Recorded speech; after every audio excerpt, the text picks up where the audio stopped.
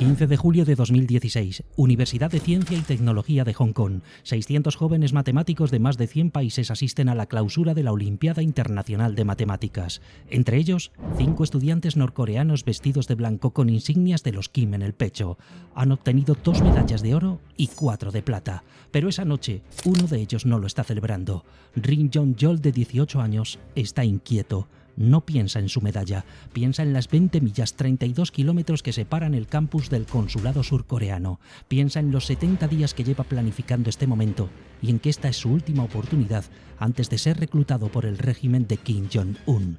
Ri esquiva la vigilancia y sale del campus. Por primera vez en su vida, no obedece órdenes. Son las 11:47 de la noche. En ese momento, se convierte en fugitivo. Esta es la historia del genio matemático que utilizó una olimpiada para comprar algo mucho más importante que el resultado de cualquier ecuación: su libertad. Ri Jong-jol nació en 1998 en la ciudad de Pyeongchang, la segunda más rica de Corea del Norte tras la capital Pyongyang. Lo hizo en el seno de una familia que había sabido navegar las complejidades del sistema norcoreano durante décadas. Su hogar se encontraba en una de las pocas ciudades del país donde la educación superior era valorada y donde los científicos y académicos disfrutaban de ciertos privilegios que el resto de la población apenas podía imaginar. La estructura social norcoreana, conocida como Sonbun, había clasificado a la familia de Ri dentro de los Haeksim, la clase considerada leal al régimen. Esta designación no era accidental. Generaciones de antepasados habían demostrado fidelidad inquebrantable al Estado, ganándose el derecho a vivir en mejores condiciones y también a acceder a oportunidades educativas exclusivas. Sin embargo, estos privilegios también venían acompañados de un precio silencioso, pero ineludible: la lealtad absoluta. Desde muy temprana edad, Ri demostró poseer una mente matemática que funcionaba de manera completamente diferente a la de sus pares. Mientras otros niños de su edad luchaban con operaciones básicas, él ya había absorbido conceptos que normalmente se enseñaban años después. Su capacidad para visualizar patrones numéricos y resolver problemas complejos era tan natural como respirar. Su padre, un hombre meticuloso formado en la tradición académica norcoreana, fue el primero en reconocer que su hijo poseía algo especial. Era profesor en el Departamento de Matemáticas de la Universidad de Ciencia y Tecnología de Pyeongchang y cada tarde, después de la escuela, estableció rutinas de estudio que iban mucho más allá del currículo estándar. No se trataba simplemente de tareas escolares, era una preparación sistemática de una mente que podría, algún día, servir al Estado de maneras extraordinarias. Cuando Ri cumplió 12 años, las autoridades educativas organizaron una competición matemática nacional que reuniría a los estudiantes más prometedores del país. Era una oportunidad para que el joven demostrara sus habilidades fuera del entorno familiar, enfrentándose a rivales que tenían ventajas significativas: más edad, más años de entrenamiento formal y mayor experiencia en situaciones de presión. El día de la competición, Ri se enfrentó a cada problema con una serenidad que sorprendió a los observadores. No mostraba la tensión típica de otros participantes, parecía incluso disfrutar del proceso de desentrañar cada desafío matemático. Su rendimiento fue tan excepcional que los evaluadores tuvieron que revisar sus respuestas múltiples veces para confirmar que un estudiante tan joven había logrado resultados perfectos. Esta victoria marcó un antes y un después en su existencia. A partir de ese momento, Ri Jong-jol dejó de ser simplemente un estudiante brillante para convertirse en lo que el Estado consideraba un recurso nacional, alguien cuyo talento pertenecía tanto a él como al régimen que lo había identificado y cultivado.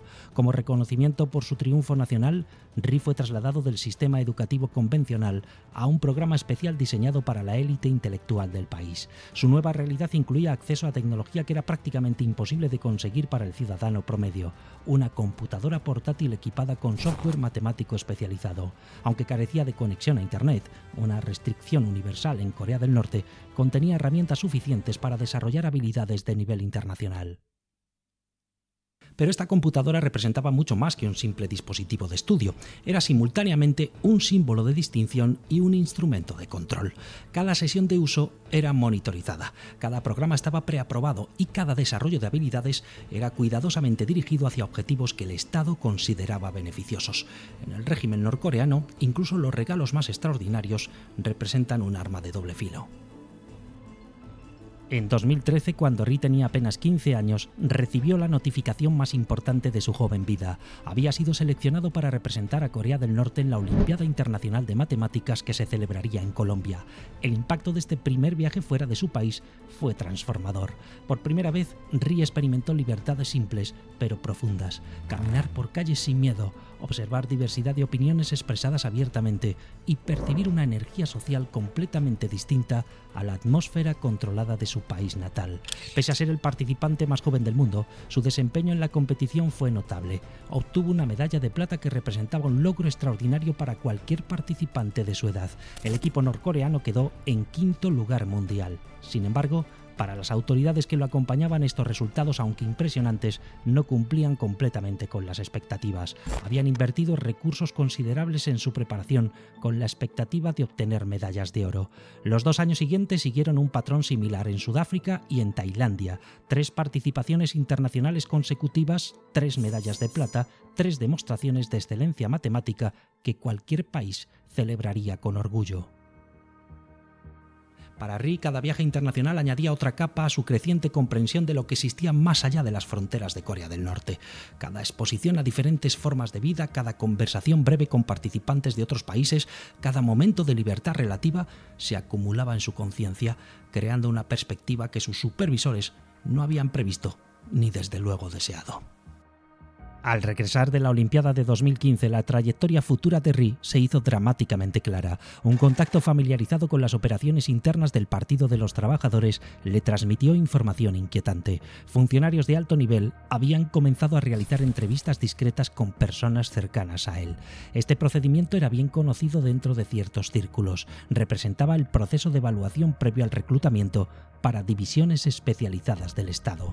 Ri comprendió inmediatamente las implicaciones. Su talento matemático no estaba destinado a una carrera académica tradicional. En lugar de eso, sería canalizado hacia las operaciones de ciberguerra que Corea del Norte había estado desarrollando silenciosamente. Este programa implica reclutar a los mejores talentos matemáticos y científicos del país y alojarlos en instalaciones especiales para recibir entrenamiento en programación avanzada, criptografía y técnicas de infiltración digital. Aunque disfrutaban de mejores condiciones de vida que la población general, su existencia estaba completamente controlada, sin contacto exterior, sin familia, sin posibilidad de salida. Para Ri, la perspectiva era devastadora. Los mismos viajes internacionales que habían expandido su conciencia sobre las posibilidades de la vida humana estaban a punto de terminar para siempre. Su siguiente Olimpiada, la de 2016 en Hong Kong, sería la última experiencia de libertad relativa antes de ser absorbido por el aparato del Estado. Esta revelación plantó la semilla de una idea que crecería en él durante los meses siguientes. ¿Qué pasaría si realmente no regresara? Imaginad por un momento la sensación de descubrir que toda tu vida ha sido una preparación para algo que jamás elegiste, que cada logro, cada medalla, cada momento de orgullo ha sido simplemente una inversión del Estado en tu futura obediencia. Ri tenía 17 años y acababa de descubrir cuál sería su verdadero destino. Los meses que siguieron fueron una tortura psicológica para él. Durante el día continuaba con sus rutinas de entrenamiento matemático, fingía entusiasmo por las lecciones ideológicas y repetía las frases de lealtad que había memorizado desde la infancia. Cada sonrisa era una actuación, cada gesto de compromiso una máscara perfecta. Por las noches, mientras el resto de su familia dormía, Ri comenzó a estudiar algo que jamás pensó que necesitaría: la geografía de Hong Kong. La Olimpiada de 2016 sería su última competición antes de cumplir 18 años y, por tanto, su última oportunidad de salir del país. Durante estos meses, Ri vivió una doble vida. Por fuera, era el hijo perfecto, el estudiante modelo, el genio matemático del régimen. Por dentro, estaba desarrollando el plan más arriesgado de su vida, un plan que si fallaba, no solo acabaría con su futuro, sino con el de toda su familia. Antes de emprender el viaje, su padre, un hombre disciplinado de la élite académica norcoreana, le había entregado $200 estadounidenses. Algunos medios de comunicación han venido especulando sobre su participación y colaboración en la deserción, pero años más tarde, en 2019, era el propio Ri Jong-chol quien lo desmentía en una entrevista en uno de los principales periódicos de Corea del Sur. Espero que se corrijan las informaciones erróneas sobre mi padre, porque podrían sancionarme. Si le hubiera dicho a mi padre que iba a ir a Corea del Sur, él me habría dicho que no fuera. que es todo lo contrario de lo que se ha publicado en los medios de comunicación. Los $200 que mi padre me dio era dinero de bolsillo para gastar en Hong Kong.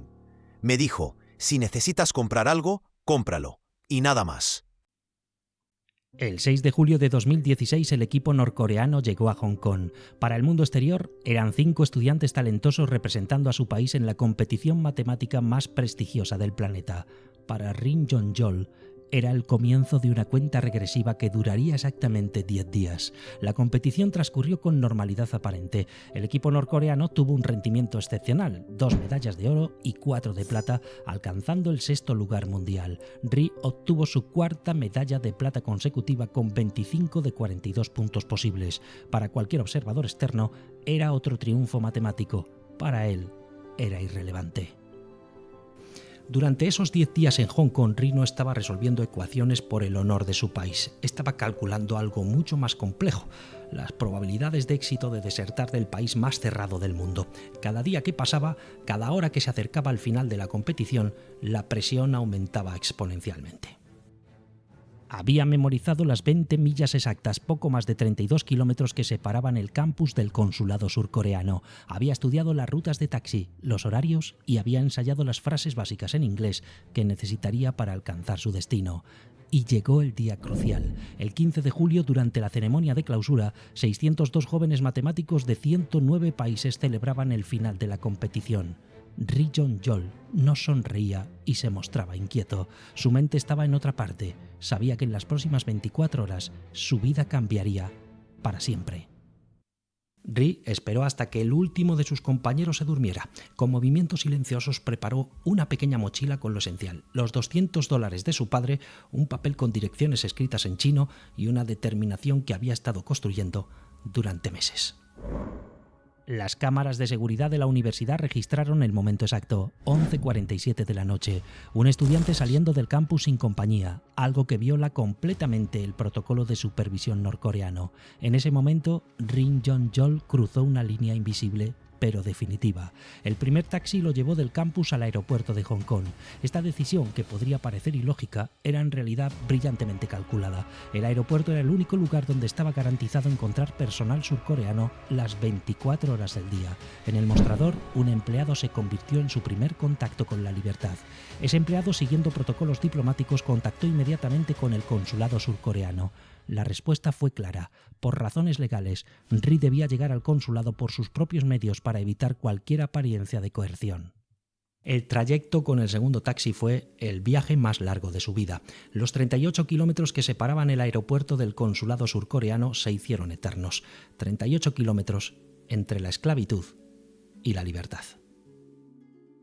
Al llegar al consulado, Ri pronunció las palabras que había ensayado durante meses: «Quiero quedarme. Quiero ser libre». El oficial surcoreano que lo recibió sabía exactamente lo que significaba esa petición. A partir de ese momento comenzaron 70 días de negociaciones diplomáticas que determinarían su futuro. Durante esos 70 días, Ri vivió en un limbo existencial dentro del consulado. No era ciudadano norcoreano ni surcoreano. No tenía familia ni amigos. Solo tenía tiempo para reflexionar sobre la decisión más importante de su vida. Las autoridades chinas podían haberlo devuelto a Corea del Norte en cualquier momento, lo que habría significado una sentencia de muerte. Finalmente, en septiembre de 2016, las autoridades chinas permitieron que Ri volara a Seúl. Había conseguido lo imposible: escapar del país más cerrado del mundo usando una olimpiada matemática como vehículo. Pero ¿cuáles serían las consecuencias? Había conseguido su objetivo sin duda, pero quizá lo que no había sido capaz de calibrar todavía era que su huida había expuesto algo que Corea del Norte prefería mantener en las sombras. Mientras Ri Yong-jol pasaba 70 días en el consulado surcoreano, el régimen norcoreano se enfrentaba a una crisis sin precedentes. No solo había perdido a uno de sus activos más valiosos para el ejército, sino también el calculado oscurantismo oficial sobre lo que estaba ocurriendo. Ri había sido seleccionado para el Buró 121, la unidad de ciberguerra más sofisticada de Corea del Norte. Creada formalmente en 1998, el mismo año de su nacimiento, este programa secreto había evolucionado hasta convertirse en una de las operaciones de ciberguerra más letales del mundo. Con aproximadamente 6.000 hackers militares bajo su comando, esta organización operaba desde ubicaciones estratégicas alrededor del mundo, incluyendo células en hoteles de lujo de China y centros tecnológicos en países aliados. El destino que esperaba a Ri Jong-jol era integrarse al Grupo Lazarus, conocido internamente en Corea del Norte como la Oficina de Enlace 414. Esta organización ha sido responsable de algunos de los ciberataques más devastadores de la historia reciente y se dice que ha generado aproximadamente 3.000 millones de dólares desde 2017 para financiar el régimen norcoreano.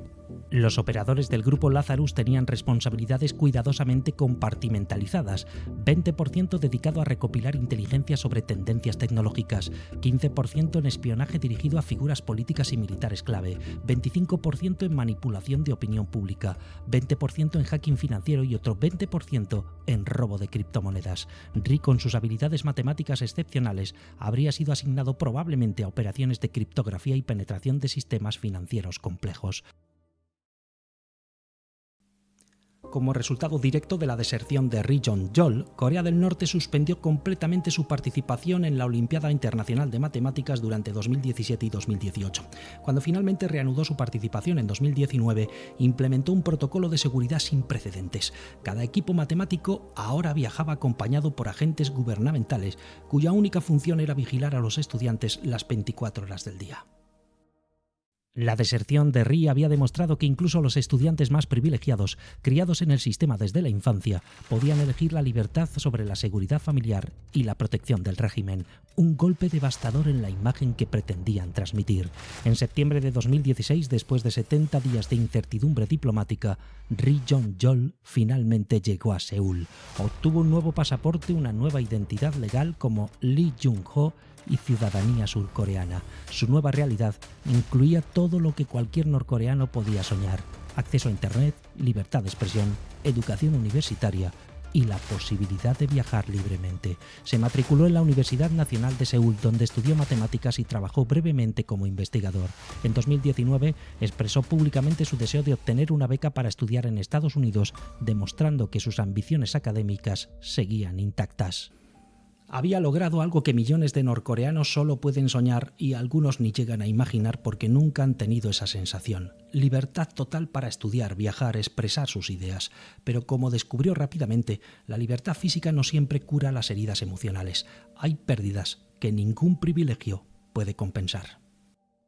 Su decisión personal de elegir la libertad puede tener consecuencias devastadoras para quienes dejó atrás. Corea del Norte aplica sistemáticamente el principio de 3 generaciones de castigo a las familias de desertores, lo que significa que sus padres, hermanos y potencialmente incluso futuros descendientes se enfrentarían a consecuencias severas. Desde su deserción en 2016, Ri no ha tenido contacto alguno con su familia. Al menos no ha sido confirmado por él. Tampoco lo contrario. Probablemente no sabe si fueron enviados a campos de trabajo, si siguen vivos o si han sido objeto de represalias por su decisión. Esta incertidumbre representa una forma de tortura psicológica que acompaña a todos los desertores norcoreanos de alto perfil. La ironía cruel de su situación es evidente. El joven que una vez resolvía las ecuaciones más complejas, ahora se enfrenta a un problema matemático sin solución: calcular si el precio de su libertad valió el sufrimiento potencial de quienes más amaba. Hoy, a los 26 años, Lee Jung-ho, como se llama legalmente desde que obtuvo la ciudadanía surcoreana, vive en Seúl una existencia que podría parecer exitosa desde afuera. Completó sus estudios de matemáticas en la Universidad Nacional de Seúl. Tiene la libertad completa que tanto anhelaba. Puede viajar, estudiar, lo que desee, expresar sus ideas sin temor. Pero en 2022, en una entrevista para Radio Free Asia, reveló algo inesperado sobre su situación actual. Cuando voy a una reunión, creo que lo primero que la gente recuerda no es a mí, sino la imagen de mí como un genio de las matemáticas que desertó de Corea del Norte en 2016. Por eso me llaman genio de las matemáticas aunque no sepan mi nombre. Sin embargo, aunque otros piensen que soy especial, quiero ser común y corriente. Creo que estaría bien olvidarme ahora. Nuestro protagonista decidió que ninguna medalla ni privilegio justifican renunciar a su propia libertad. Esa misma reflexión atraviesa la historia de otro matemático brillante que cambió la disciplina para siempre. Es Grigori Perelman, quien resolvió la llamada conjetura de Poincaré, el único problema del milenio que se ha demostrado hasta ahora, pero rechazó la medalla Fields y un premio de $1 millón por principios. Si te intriga saber cómo un hombre puede sacrificarlo todo para conservar su independencia intelectual, si quieres vivir una historia épica universal que habla sobre libertad, sacrificio y el precio de la integridad personal, te invito a ver el vídeo que le dedicamos a Grigori Perelman. Solo si tú quieres. Nos vemos ahora.